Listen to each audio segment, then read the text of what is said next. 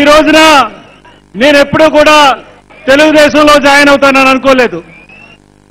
కానీ ఈ 5 సంవత్సరాల్లో ఎందువల్లంటే నేను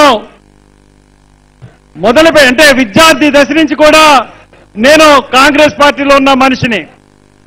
కాంగ్రెస్ పార్టీలో ఎన్నో పదవులు అనిపించి 2 సార్లు ఎంపీ అయిన తర్వాత నేను 5 సంవత్సరాలు కూడా దళితుల పక్షాన పోరాటం చేశాను. దళితుల పక్షాన పోరాటం చేసిన తర్వాత ఈ రోజున ఈ 5 సంవత్సరాల్లో నేను చూసిన వ్యక్తి ఒకవైపే చూశాను, రెండో వైపు చూడలేదు. రెండో వైపు చూస్తే నేను ఎప్పుడో చంద్రబాబు నాయుడు గారి దగ్గర జాయిన్ అవుతానని అనుకున్నాను. నేను నానానికి ఒకవైపే చూశాను. ఎప్పుడు రెండో వైపు చూసినప్పుడు ఆయన గొప్పతనం ఏంటో నాకు అవగతమైంది.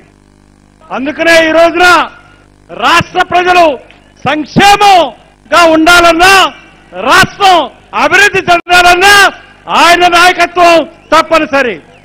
ఆయన ఈ రాష్ట్రాన్ని ముందుకు తీసుకెళ్లగలరు.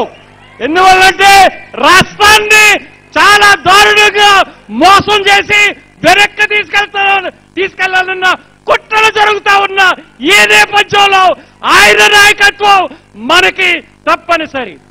కాబట్టి మీ అందరినీ కోరుతా ఉన్నాను, ఈ కాకినాడ ఈ సభా వేదిక మీద నుంచి రాష్ట్ర ప్రజలందరినీ కోరుతా ఉన్నాను, ఈ యొక్క పోలవరం మనకి పూర్తవ్వాలన్నా, రాష్ట్ర రాజధాని ముందుకు వెళ్లాలన్నా, రాష్ట్రం సంక్షేమం అభివృద్ధిగా వెళ్లాలన్నా కూడా చంద్రబాబు గారి నాయకత్వం అవసరాన్ని తెలియజేస్తూ నాకు ఇంతటి మహత్తరమైన అవకాశాన్ని ఇచ్చారు.